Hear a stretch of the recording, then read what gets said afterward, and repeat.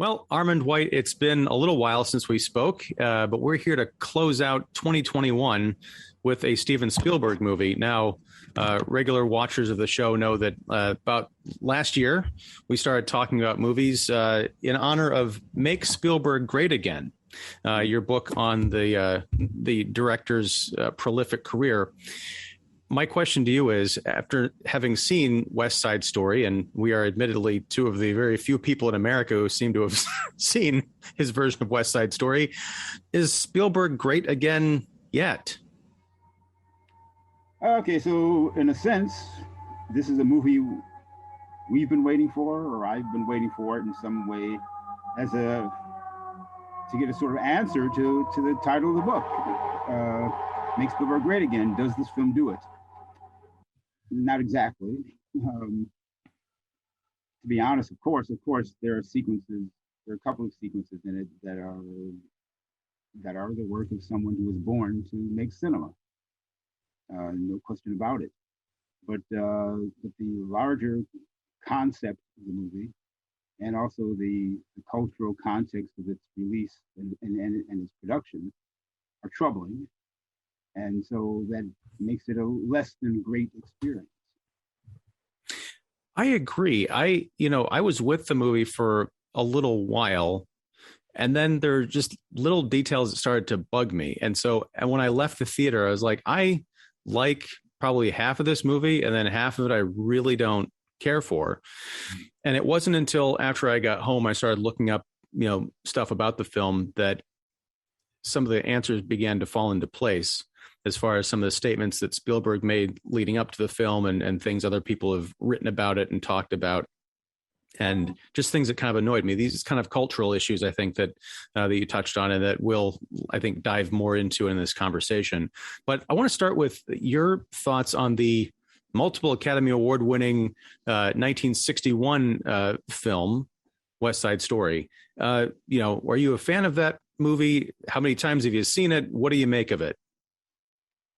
Well, ambivalent would be the first word to use. I love the music in West Side Story, as many people do. I'm not crazy about it as cinema, as a film. However, for my generation, it's a significant film for my generation. I remember very well when the movie came out back in the olden days, when there used to be such thing as neighborhood movie theaters. What? A film would open in the big downtown theater, and West Side Story was a hit, so it stayed at the downtown Detroit theater for about a year or so, and then it moved into second run, what's called second run, which would be the neighborhood theaters. And West Side Story was a big cultural event. The movie was a big cultural event already. And I remember as a kid, when it played the neighborhood theater, it seemed as if everybody went to see it in the neighborhood, and especially every person that I knew in school, all my friends, everybody went to see West Side Story, except me. But that's a different story altogether. But the thing is that West Side Story itself, it suffused the culture. Everybody, even I, who had not at the time seen the film, knew the songs, knew the story, knew the plot. We read in school. We read Romeo and Juliet, and we also read the Arthur Lawrence stage play in school, the book of the musical theater production. So I was very well familiar with it, and of course loved the music. And all my friends who saw the movie, loved the movie, and we talked about the movie. We acted out the movie. We acted out, gangs being gangs. We weren't really in a gang, but we pretended to be in a gang. Were you snapping and everything too? Yes, because that cool finger snapping all happened in the movie, and everybody loved that. Essentially, though, and I had the soundtrack, the original soundtrack album for the movie. Loved the music and loved the idea of West Side Story. I didn't see the movie itself until years later, and the movie didn't work for me. It was an odd mixture of theatricality and really some real dynamic filmmaking by Robert Wise, but I don't think it ever gelled. Also, I thought the acting, the casting of many of the roles was unfortunate. Um, I don't think a lot of Richard Damer, but he was okay. But I didn't think a lot of him. I thought Natalie Wood was all wrong. Uh, and and to be honest with you, I didn't appreciate George Chakiris until I saw the Spielberg film. Wow. but but the movie, it's an odd. I have an ambivalent response to the film because I love the music. I love watching how the music was used in the film. The Johnny Green arrangements and orchestrations are powerful. They do Leonard Bernstein's score full justice. The songs are wonderful. Uh, it's a great movie to listen to, but it's an odd movie to watch because despite some visual dynamism that Robert Wise brings to it, the dancing always struck me as awkward and bizarre. Uh, though the dancers are clearly gifted and in some sense spectacular, but bizarre, especially the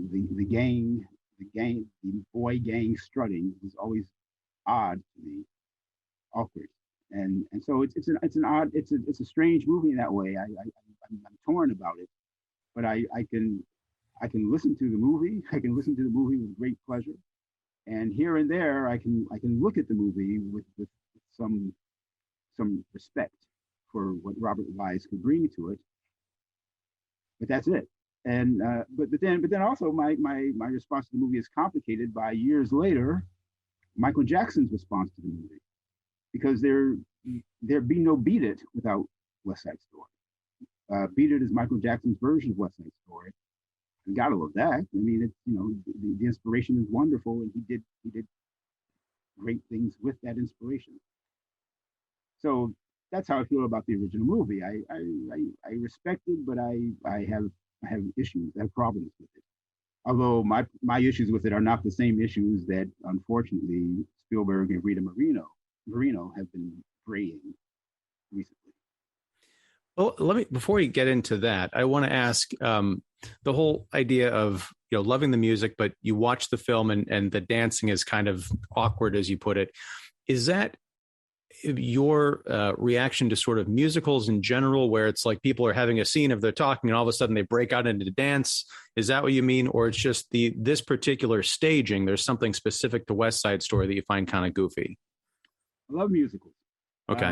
In Pauline Kael's review of West Side Story, she says that the original film was sold to her or praised to her as by people who would say, I don't like musicals, but this is a great musical. And she would say, well, why should I listen to somebody who doesn't like musicals when I like them? I do like musicals very much. Minnelli, great guy, great artist. So it's not the way movie musicals function that bothers me. I'm aware of of the technique of movie musicals. I'm aware of the process of them and enjoy it and find it wonderful. That when characters are so full of emotion that they can't walk or talk anymore, they simply have to dance and sing because they're so full of emotion. That's beautiful to me and wonderful to watch. But Robert Wise tried, as I said in my National Review piece, he tried to blend the theatricality of West Side Story, its Broadway legacy, with cinema, and sometimes that works. I think most times it doesn't. But generally, it doesn't because of some miscasting, I would say. Because also here and there, when Robert Wise tries to make the theatricality cinematic by by forcing us to recognize, by forcing us to understand that his realism is artificial, sometimes that's striking in the original. The opening with the aerial shots of New York City are striking. Some of the camera positions are so dynamic for the dancers that it kind of works. It kind of works, but it doesn't work fully. Doesn't work fully, and so that's my response to it. It's not the it's not the structure of movie musicals that bothers me. It's just that mixture of realism and artifice that bothers me. Yeah, and I want to get that question out of the way because I have had conversations where I'll get into a musical conversation with someone and they'll come out, oh, musicals are silly. Well, it depends on if you're both talking the same language about the film. I've only seen West Side Story once, and that was probably 8 years ago at the Music Box here in Chicago, part of their 70 millimeter film festival. So I saw it, nice and big, and I was really kind of knocked out by it.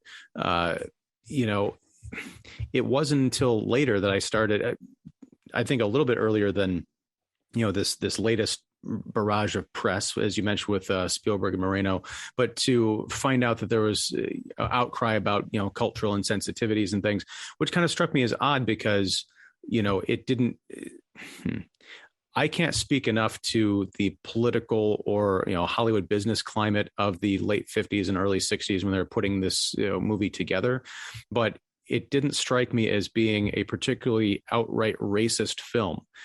They cast a number of white people and put them in what is now being referred to as heavy brown makeup, as if they were being like slathered in bronzer to portray this Puerto Rican street gang.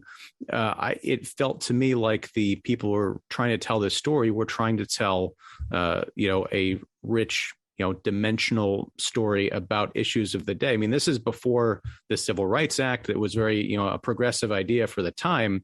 So to see this commentary now, it just strikes me as, like with everything, looking back on the past and saying, wasn't it, terrible and evil, and look how little progress we've made. Right. That lunacy that we're going through now. If it's not too early to say in the discussion, those complaints that Rita Moreno has been making are so insulting. She seems to forget that West Side Story was the work of genuine and sincere liberals, working as hard as they could to show the humanity of these characters, not to subject them to ridicule at all, but to understand and be compassionate about them. How she has forgotten that 50 years later suggests some kind of Biden dementia, because that's exactly what it was. And you, when you watch the movie, even if you don't think it's a great movie, if you haven't lost your mind, you get that from the first film. That this is a compassionate movie about tolerance. And I think the problem now is that our politics has no room for tolerance.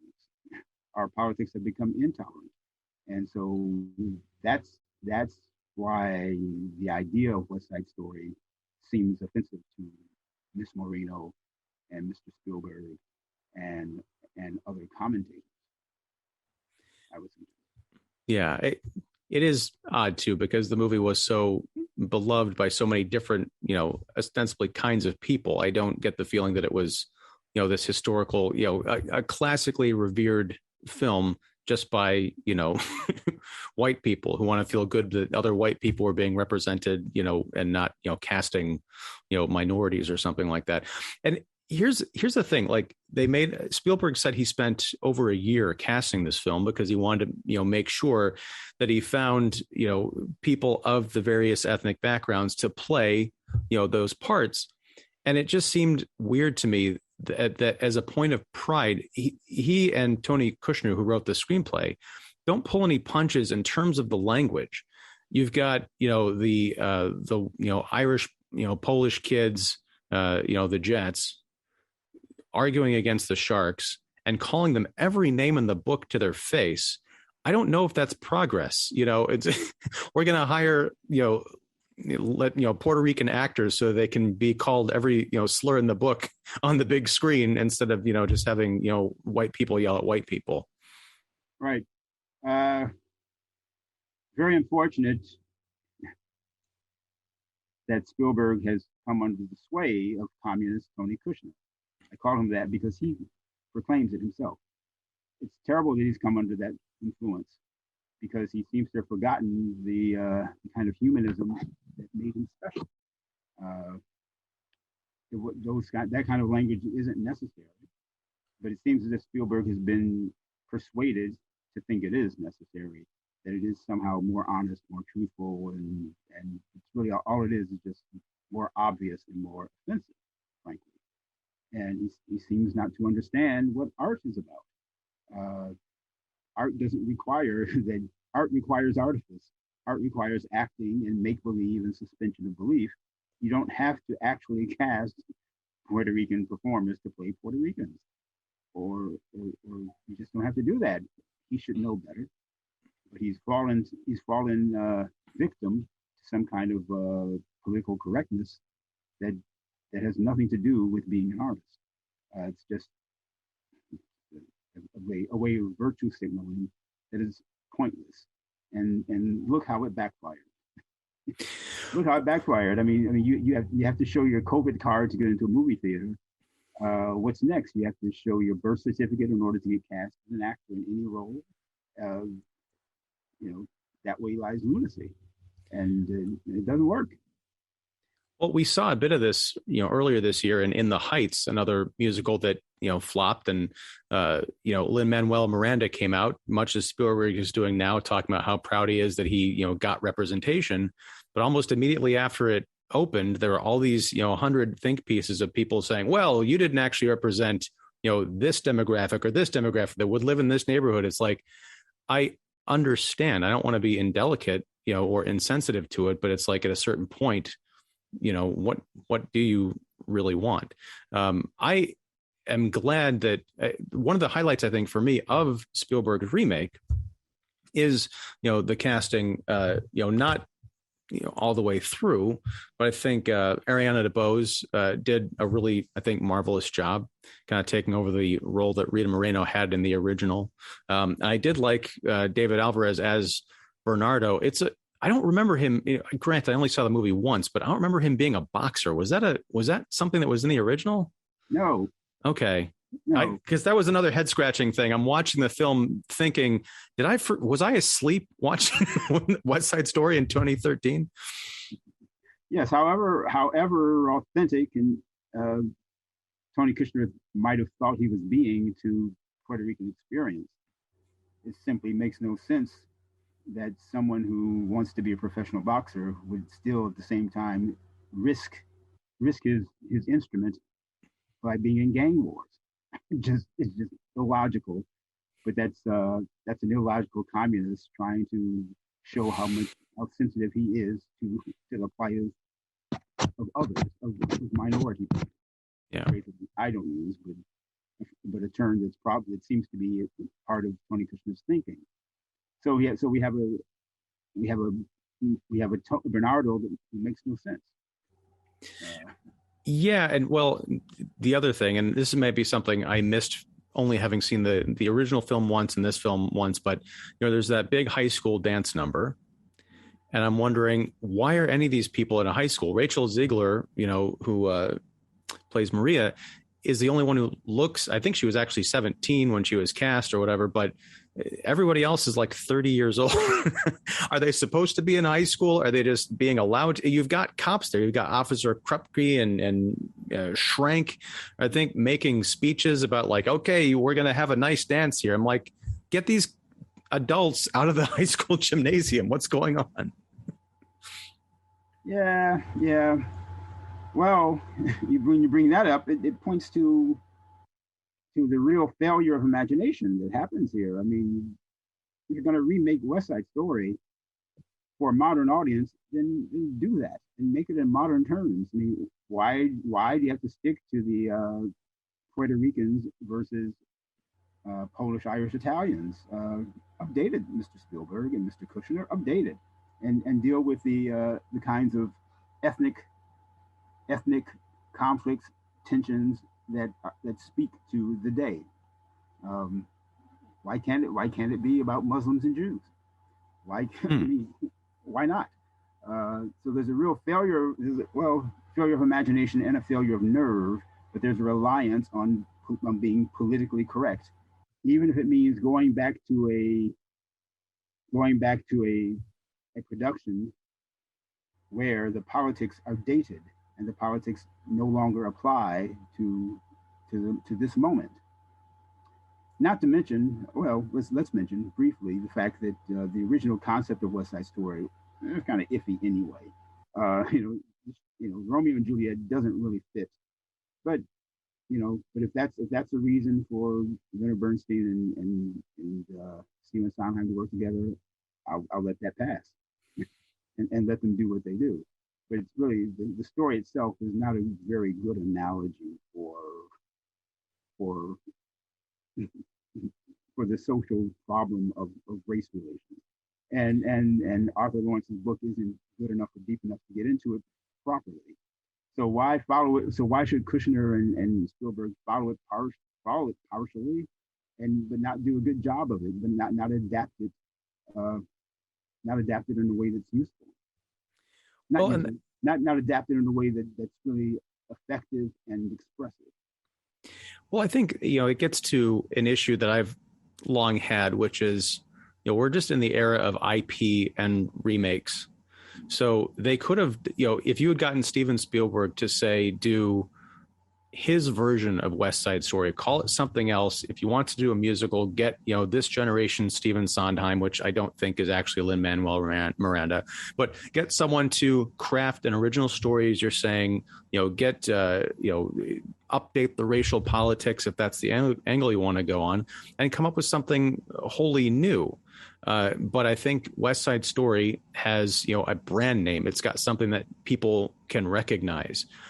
And so that gives it some kind of a hook to say, well, we can, it's a known property. It's beloved by people. So, and people love Steven Spielberg. So just putting all these pieces together to make this like math equation that all leads to successful box office. But it didn't in this case.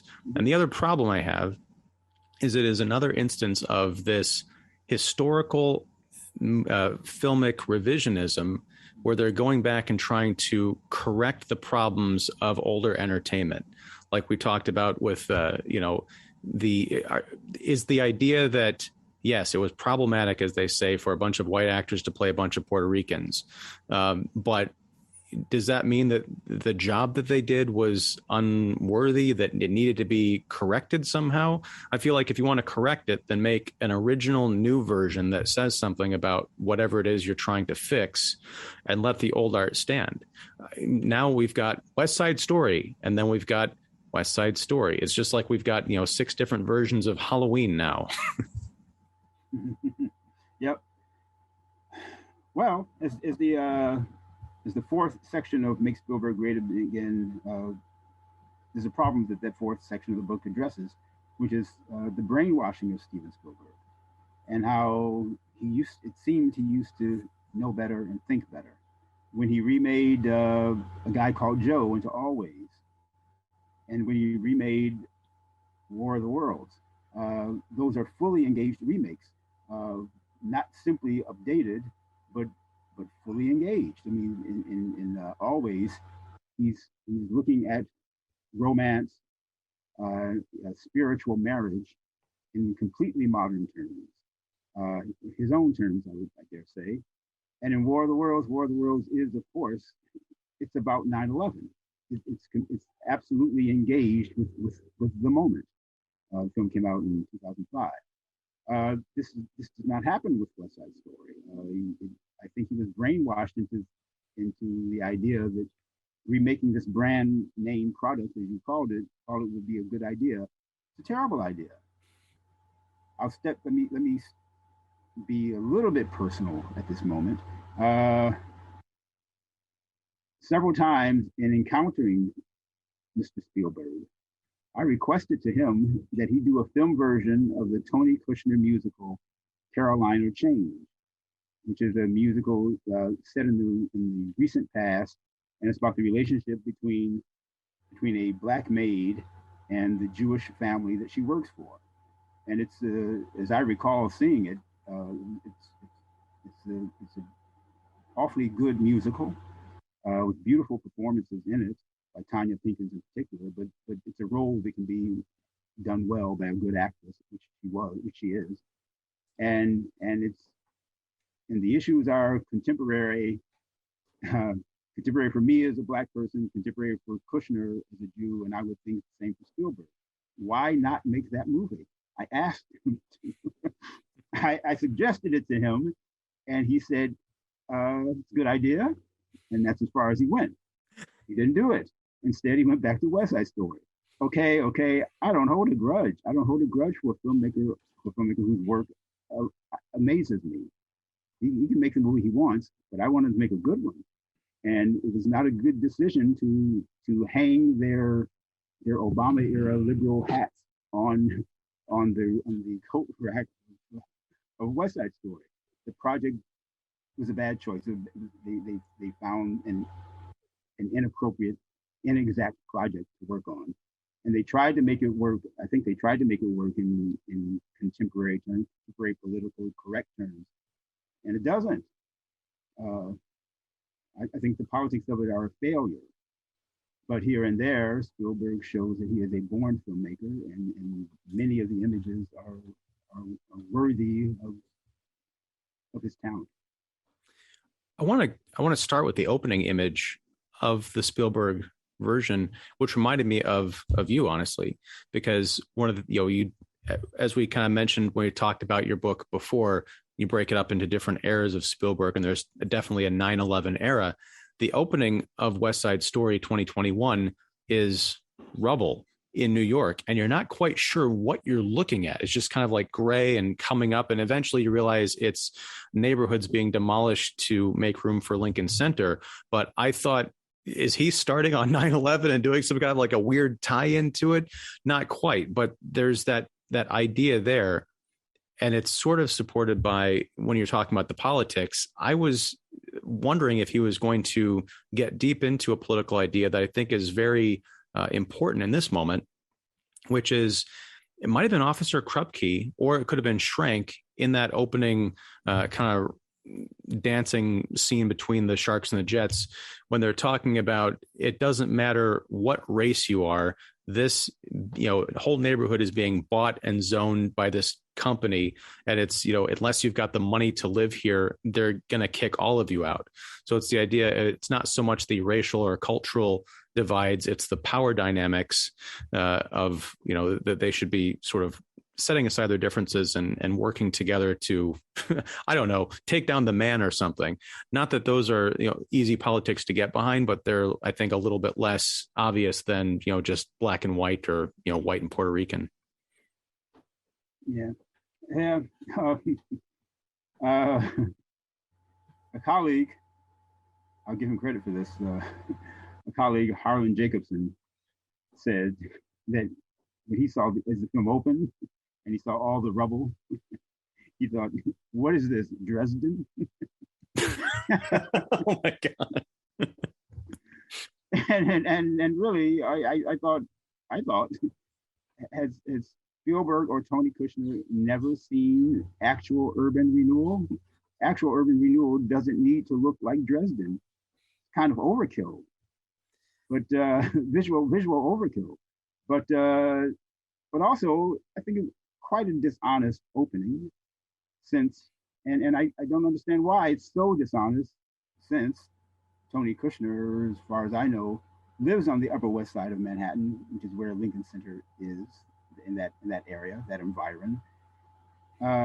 Maybe he wasn't here in the 60s, 50s to see when that urban renewal happened, and apartment buildings and were demolished in order to make way for Lincoln Center for the Arts. But it shouldn't look like that. That's overkill. It's a metaphor. It's a metaphor for America that is insulting. It's worse than Dresden, worse than German expressionism. If they're trying to express the state of America in the early 1960s, it's a bad image for that reason. And it's dishonest because it doesn't really deal with the transformation of working class homes into an ultra bourgeois, resplendent center for the arts that is primarily for rich people. an area of town where Tony Kushner lives. He should be ashamed. He should know better than to even suggest such a thing.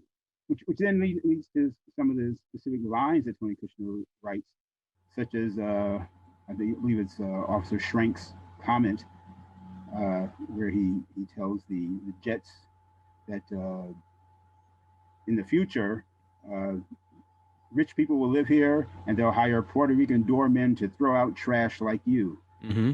I mean, that's another insult that the film makes, because the real point of the line is to call the white kids trash. And in actual fact, in the doorman buildings of the Upper West Side of Manhattan, where there are Puerto Ricans employed but not living there. That's the nature of Tony Kushner's neighborhood. Being a doorman is being a doorman, and the class divide still exists, even among the rich liberals, for whom Puerto Ricans open the doors. In the film, I made this point.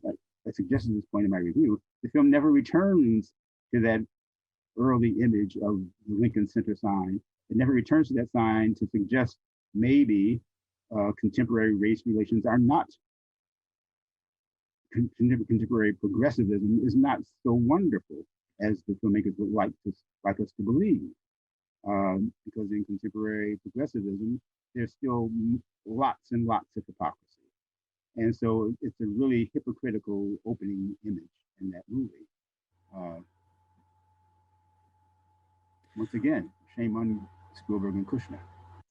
Well, and that gets to something that I think we were talking about earlier, which is there are a lot of different themes that you can tackle in an original musical, even if you want to set it back in 1961. The worst that'll happen is people will say, oh, this is like West Side Story.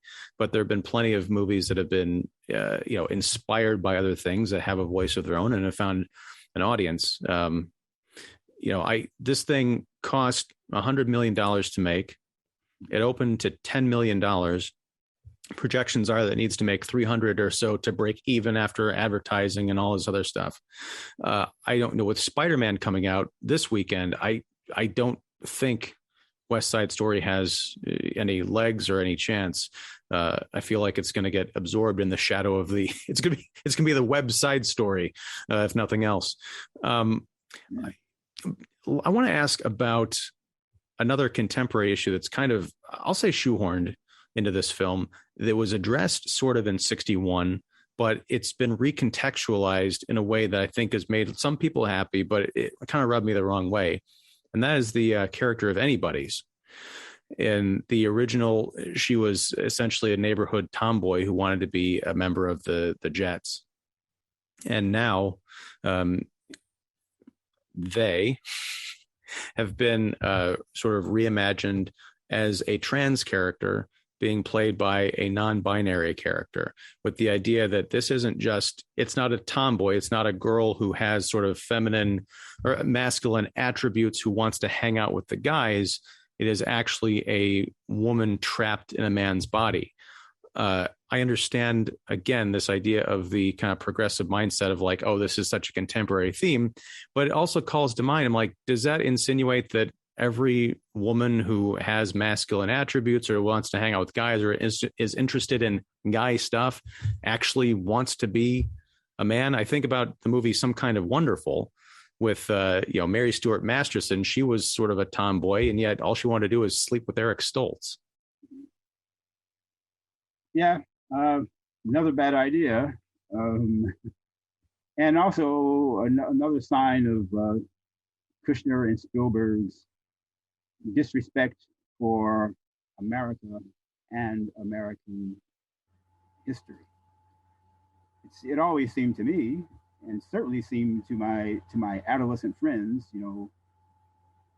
living in a period where adolescents can be very cruel and uninformed and insensitive, that anybody was accepted. The social circumstances of the anybody's character was recognizable, And even though she had to bear insults, she was actually accepted. And she was actually part of the gang, even though they keep pushing her away. She's always there, and she has a function. She has a role that she plays with the gang. Uh, my point being that contemporary progressives like to say that America's faults are still with us, and so they make them worse than they were. Uh, I suggest to you that West Side Story, which is the creation of four gay men, uh, would be sensitive to anybody's. And when they presented anybody's character, America and the world understood her and accepted her. And that's a point that Kushner and Spielberg have missed by trying to make her a contemporary trans figure. Uh, another insult, frankly, and an insult that wasn't necessary. Um, Maybe had they just simply stuck to the original text, they wouldn't have made that error. Uh, the error compounded by the ugly speech that's given to the anybody's character, which is also just like insulting white kids as trash, is a terrible insult to men. She gets a misandrist speech. She tells them off in misandrist ways. Uh, Again, unnecessary and a bad idea. But done in the interest of equity and political correctness and all the current nonsense. Well, I don't even know how politically correct it is because Iris Minas, who plays anybody's in this new version, she identifies as a non-binary person. Or I should say they. I'm not sure exactly the pronouns there, but they're playing a trans character in this movie that's been written about and talked about. In any other context, there's always Scarlett Johansson left a film. She was essentially hounded off of a film when she was going to play a trans person because the outcry was you can't play a trans person unless you are a trans person. In this movie, as progressive as they're trying to be by having trans representation, they're having a trans person play by a non-binary person, which is not necessarily the same thing. Well, when you give in to fascists, you can never do anything right. And Kushner and Spielberg are trying to appease people who will not be appeased. They just want surrender, and they want control, and it just doesn't work out right. When Zack Snyder used a non-binary character, I guess, or trans character, whichever, in Army of the Dead, it was a dead spot on the screen because he hired the comedian Tig Notaro, who is not an actress, and she couldn't bring that character alive. She's there for politically correct representation, and that's not art. It's a failure. Since you bring up Scarlett Johansson, allow me to touch on the Eddie Redmayne lunacy. Right. About Eddie Redmayne apologizing for the Danish Girl. I did, and again, Jared Leto has not. Well, he hasn't come out and apologized for winning the supporting Oscar for the Dallas Buyers Club yet, but that's probably only a couple of weeks away.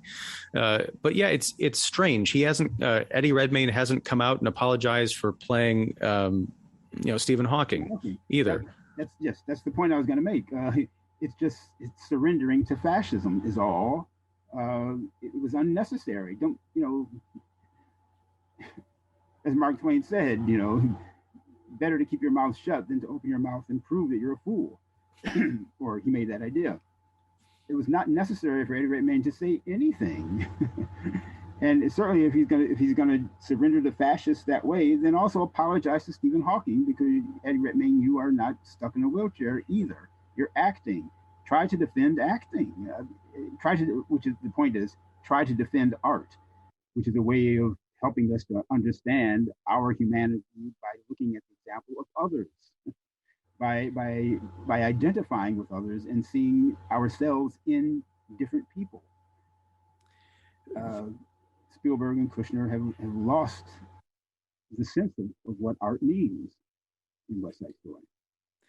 Yeah, I mean, I met Eddie Redmayne once. It was an event, in promotion of The Theory of Everything, and he talked about the Hawkings and how personal the role was to him and what a challenge it was.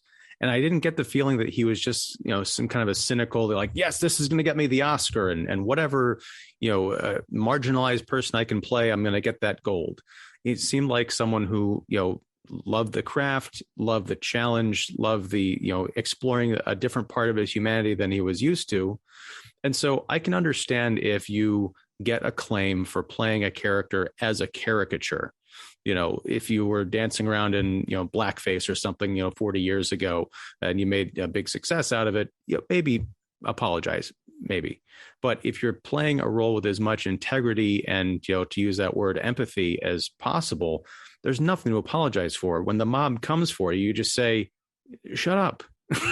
What do you want me to do? I did the best I could. And do you want representation in a mass sense, or do you not? We're not, this is still very early days in terms of trying to represent, all the different groups who have not been, quote unquote, seen up to this point in entertainment history.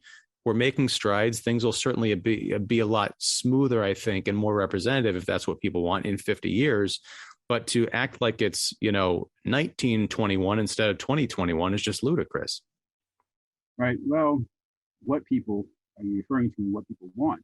I think unless humanity is over, that people will always want art that makes them understand.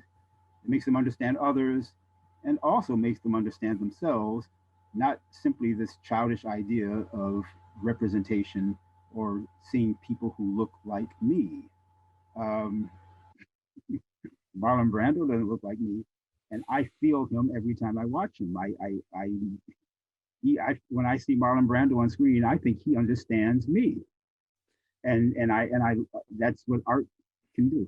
But Armand, isn't that just your white privilege? Yes, it's the Armond White privilege. and the same with reading literature. I mean, we understand characters because we understand that these are human beings like us. So we understand their faults and their good points too. And in reading about them or watching movies about them, we get a better sense of who we are. That's the prize, frankly. Not simply. I mean, otherwise, you don't need to go to the movies. Just look in the mirror. Stay home and look in the mirror, and be satisfied with that. Which I guess, in a political sense, is what these people want. They just want to see themselves forever and nobody else. And they just want to stay home. They should stay home. Yes. Since we've touched on just about every other hot button point surrounding West Side Story 2021, what did you make of the lack of subtitles during the extensive Spanish language sequences of this movie? Yeah, you keep asking me these questions, and it leads me to say another insult. Another insult. But I don't know how else to respond to it unless I just shut off my brain. It wasn't necessary to do. It wasn't necessary. Okay, so this started with a recent Broadway revival of West Side Story when Arthur Lawrence, the original book writer, was still alive, and being a guilt-ridden Broadway liberal, he hired the odious Lin-Manuel Miranda to rewrite the book for this revival of West Side Story and include more Spanish language.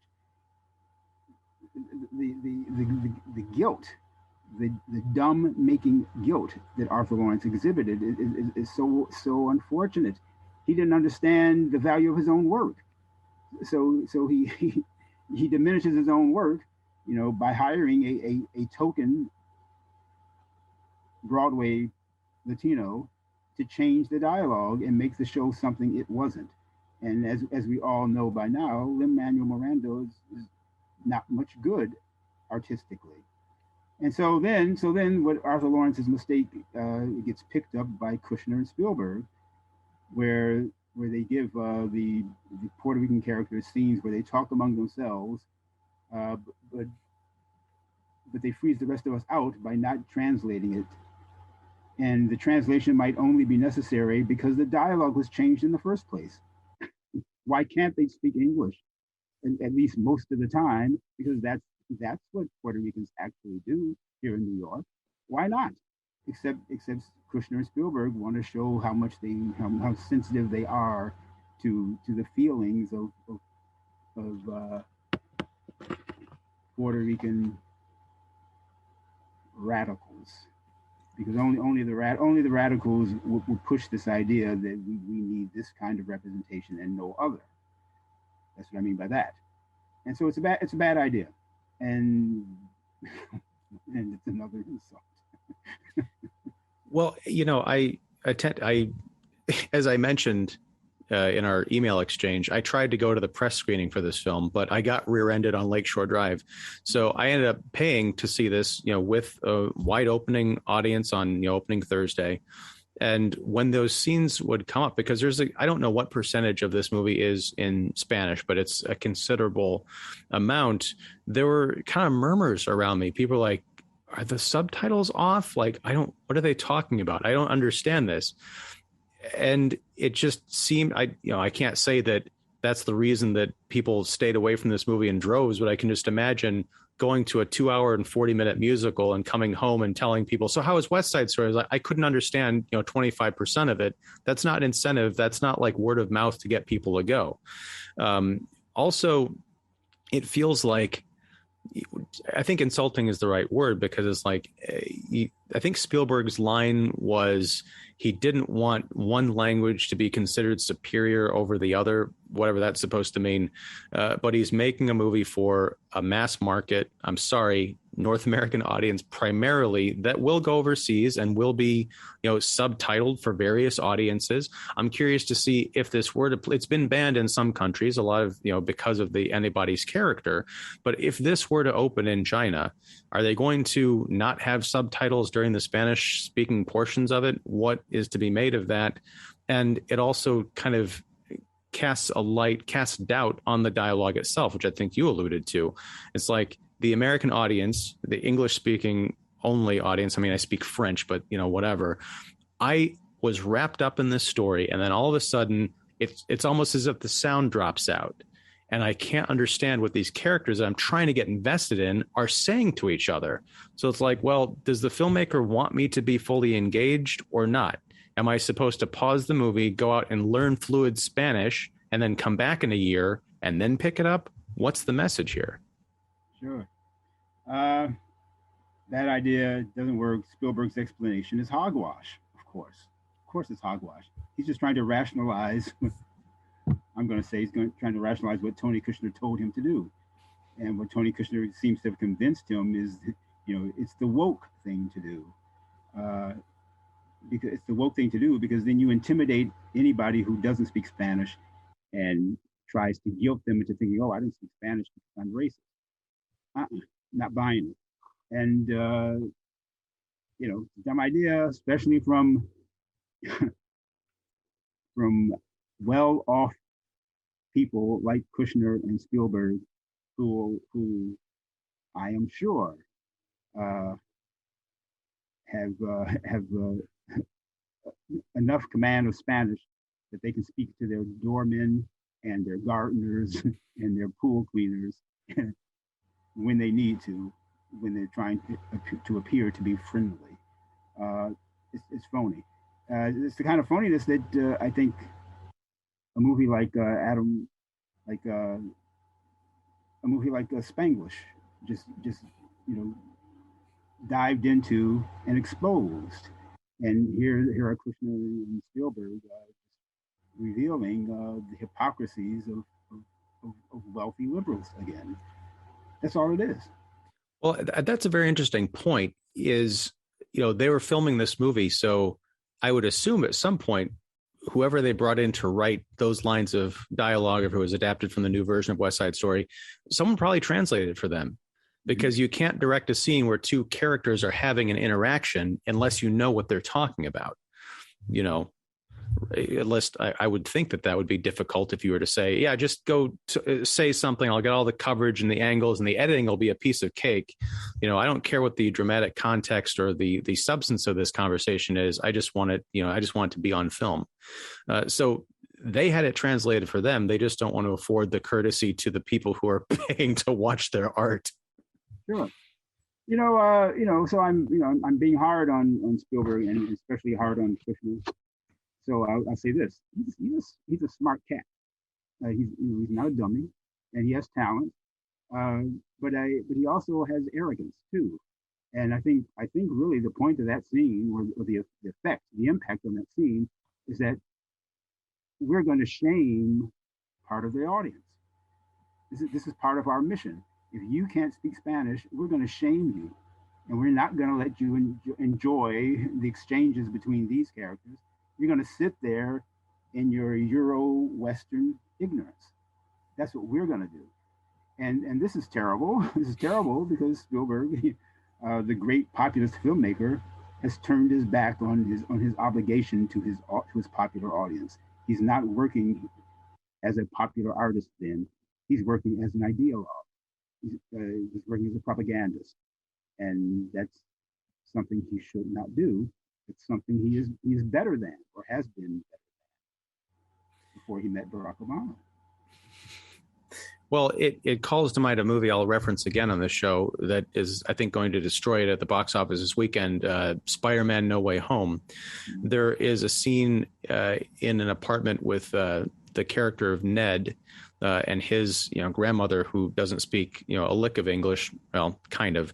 But there's a whole goofy exchange where she's just like yammering away and there's no subtitles, but Ned is there to translate, for the characters who also don't speak the language that she's speaking. It's kind of an old trope, but it really underscores what would have been possible with, Spielberg. Either give subtitles or give some kind of, context of like, I don't speak the language. Can you translate for me? It's, it works dramatically. It's also kind of a courtesy to the audience, which you should be trying to entertain and not either shame or, put through some kind of a test. Right. And, it backfired. Backfired the same way it backfired on In the Heights. People don't want that. They probably don't want West Side Story anymore either, frankly. When you said earlier about them working on a brand, on a project that has a brand name, well, I mean, if you're a Hollywood person, I mean, it behooves you to understand what it means to be a commercial artist. And I really doubt that. I really wonder, rather, if today's movie-going audience, the large part of that audience, possibly the Spider-Man Marvel, if they even know what West Side Story is, because especially with cancel culture happening, so much of our cultural past has been hidden or erased, and it's really just it's not thinking to believe that you can make a movie of West Side Story and expect contemporary audiences to know what it is and want to see it. This is a form of hubris. Spielberg's going to disrespect Robert Wise and remake a film and try to do better, try to make it better in every way, especially politically, than Robert Wise. But the idea of this remake is founded, is premised on bad faith and poor thinking. He never should have done it. And by the way, even though he is a born filmmaker, and he's got skills that Robert Wise never had. Robert Wise is a good filmmaker, all the same. And when it comes to what I always consider the peak moment of the Robert Wise film, which would be the quartet sequence, where all the major characters sing from their own personal worlds, but it's blended together in montage. Robert Wise, the editor of Citizen Kane, and so he is a master of montage editing. When it comes to the quartet sequence, Spielberg can't top it. And all he can do is attempt to imitate it, and he imitates it poorly. Not poorly. He imitates it. He imitates it in a mundane way. He can't top what Robert Wise did. And one reason, okay, well, I'll leave it at that. He can't top the quartet sequence. For all my issues with the original movie of West Side Story, the quartet sequence works, and it works dynamically, and it can't be bested, and not even Steven Spielberg can best it. You know, he could best Victor Fleming, he could even best Byron Haskin, but he can't best Robert Wise's quartet sequence in West Side Story. Well, I got to say, I think the one scene that really stands out in the remake is the rumble with the in that kind of salt. I don't know, it was like a salt mine or something. A salt shed. Salt shed, yeah. Mike Faced plays Riff in the new version, and I thought he was, really a dynamic, interesting to watch actor. I think he brought just the right intensity. I almost wish that they had written out the Ansel Elgort character, just had Maria, I don't know, just never find anybody and just focus exclusively on Riff, because there's so much more going on with him. But the rumble between the Sharks and the Jets in that scene, there's such violence and intensity and I think artistry there that, I think it's a scene we've seen a million times before. Two people come at each other. One of them's got a knife and then someone gets stabbed. I actually gasped at that moment because I was kind of heartbroken for both of those characters. And, at the end when Rachel Ziegler is waving the gun around, I'm like, all the goodwill that I had given to that earlier scene just gone. It's just so silly. I liked Ansel Elgort. I'll speak up for Ansel Elgort in this movie. I thought he brought some real feeling to it, actually. And Mike Feist as Riff, he brings some feeling to it too that Spielberg doesn't really deal with enough. Had he and Kushner been really bold, they might have had Maria fall in love with Riff. But they're really not that. They're not that creative. They're not that imaginative, and they're not that honest. And they're not that true to America and to what happened, to the possibilities of American intermixing. Well, that's a fascinating point, because if they had tweaked it and Maria had fallen in love with it. Now, I like Ansel Elgort in general as an actor. I just think that there's just something about it. I didn't feel like Spielberg or Kushner cared about his character in this movie, because I don't feel like he had enough to do. I did like the addition of his kind of backstory of going up the river and then coming back a year later and not really fitting in. That was kind of nice. But if the dynamics of the characters had changed and had become more of a love triangle with, Riff and Maria and, oh my God, I'm totally losing his name. Tony. And that kind of the friendship between the two kind of neighborhood boys had been broken apart. And maybe there's an uneasy alliance formed with some members of the Sharks. And so you have a genuine melting pot scenario where you have not just, rival gangs, but internecine factions within these gangs fighting each other. I think making that the centerpiece of the movie would have been much more expressive of a greater idea than just at the end, they all come together because, everybody's dead and they have that funeral procession. Maybe.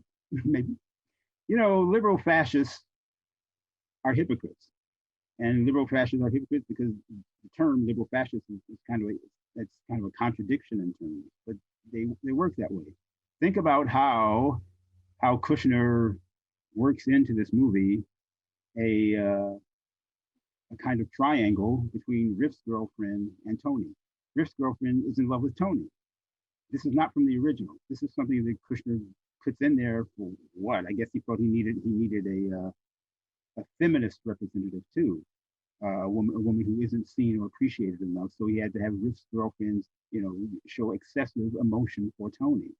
Well, he could have easily, if he wasn't a hypocrite, Kushner could as easily have had Maria show some feeling for Rick, but he doesn't, because that's how hypocritical artists. That's what they do. They don't think things through. They take the easy way out to press their points. Um, I don't think we can. We shouldn't overlook. I won't overlook the fact about why I think Ansel Elgort works. I think Ansel Elgort, he has a quality. He has an all-American white boy quality, and Spielberg understands that. That's why he makes Tony E.T. And he matches E.T. to Maria, who is also a strange-looking girl with high cheekbones and a rounded face, like Genevieve Bujold a bit. These are the aliens. This is the kind of artist that Spielberg is, because he really can't, because West Side Story does not is not a parallel, and certainly not a parable for contemporary race relations. Spielberg, somewhere deep inside Spielberg, he knows it, so he falls back on what he does know, which is the alienation of people who have good intent. And I hate to tell you to see the movie again, but if you look at the way he films Tony and Maria, especially in their balcony encounter, I call it that, they are photographed as otherworldly.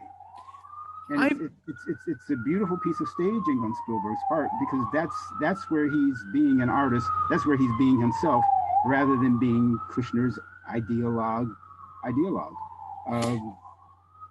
That's nice, and but the rest of the movie falls apart despite it. I'm glad you brought that up, because when I first saw the trailer for West Side Story, there was a scene from that balcony scene where Maria kind of, I think, like leans in, her face kind of comes into frame slowly.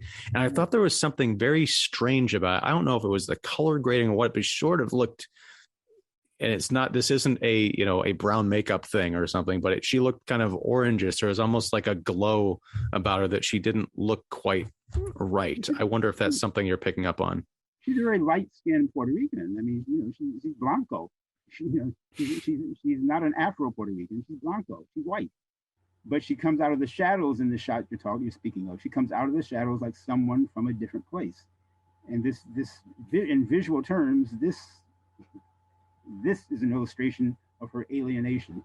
She's alienated from everyone else, and her only partner is Tony, who's also alienated. This is the way Spielberg understands the story. He doesn't understand it the way Kushner does, and that's why he can't pull it off. But he attempts to in the balcony sequence, and the balcony sequence is nice. I don't want to say that it works, but it works in Spielberg terms. Certainly, it doesn't work in Arthur Lawrence terms. But it's a what do you call that? It's a privileged moment for people who know Spielberg's art, and it's nice. Well, damn it, you're gonna make me go watch this movie again. Not anytime soon, but I have to go watch it with that eye, because that's a fascinating kind of idea. Okay. One other point, though, to get back to Bernardo, or rather to get back to George Chakiris. First, let me express only a fraction of my disappointment with Rita Moreno, who I thought was the best thing in the 1961 version.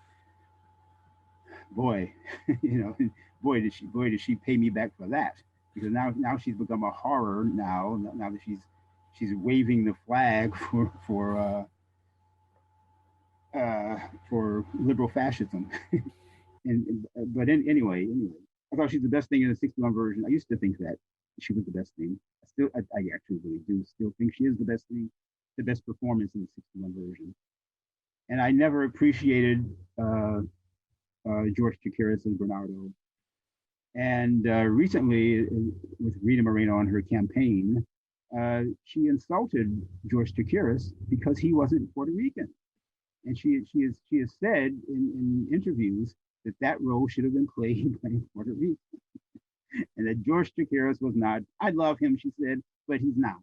As if George Chakiris isn't an actor, couldn't be an actor, and had no business trying to be an actor. She insulted her colleague, which is horrible.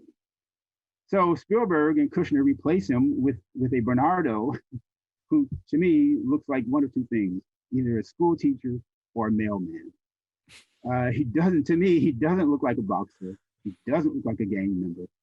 Uh, he's what used to be called in original West Side Story era terms, square. He's a square. I still would not. I would not want to get I would not want to get on his bad side. He didn't. I felt no masculine threat from him. Whereas I thought that actor, and not to blame the actor, he got a job. God bless him, good for him, and I hope he bought a house with his pay. But that actor doesn't do what George Chakiris did, and because of what I felt to be unconvincing about this actor, whose name I don't know, it made me rethink George Chakiris, and the rethinking brought me back to my adolescence and why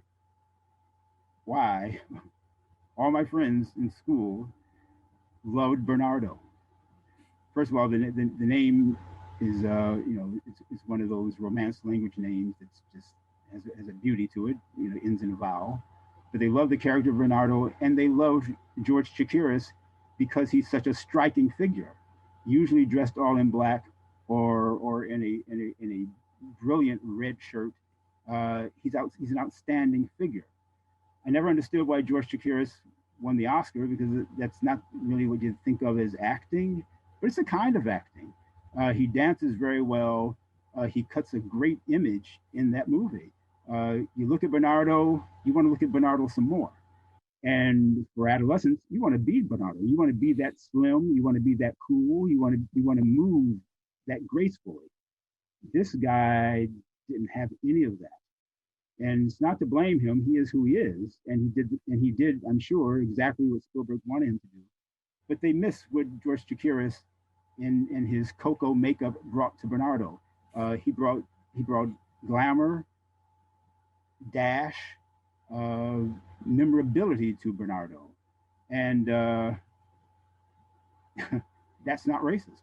That's where Robert Wise and the four gay men behind West Side Story understood would work for all audiences everywhere without insulting them or intimidating them or trying to shame them. They gave, through George Chakiris' Bernardo, they gave us a Puerto Rican figure to dream upon, which of course Michael Jackson does dream upon him because if you look at the first time we see Bernardo when he's in the red shirt, I believe, up against that red wall, this is an image that Michael Jackson recreates in a couple of his music videos because the image went deep. The image went into a psyche. And that's what the original West Side Story did, actually. Whether, despite whatever my ambivalence about it, it was a cultural event. Spielberg's West Side Story is not. And actually, my friend and colleague John Dimitri predicted as much. He said there's no way that Spielberg can make a movie that's going to have the cultural impact as the same cultural impact as the original. And that's it's already proven. Well, I'm confused because you're talking about what an impact the Bernardo character had on you and your friends, and certainly on the Oscars. The commentary I was reading was that the Puerto Ricans in West Side Story, all they did was cast a negative stereotypical image of Puerto Ricans as knife wielding, gang banging thugs that no one could shake for 50 years. Well, that kind of closed-mindedness is to be pitied, frankly. They can't see the beauty in art. Well, I don't disagree, and I think that's a perfect place to end it here. I thank you very much for talking West Side Story. I was excited to talk about this with you because I had hoped that perhaps this would be Spielberg getting back on a footing where we could talk more admiringly about his work, but we're kind of just back here. Back here. Still wanting to make Spielberg great again. maybe he'll do Carolina Change. I haven't. I don't want to give up. Put it that way. I don't want to give up on him.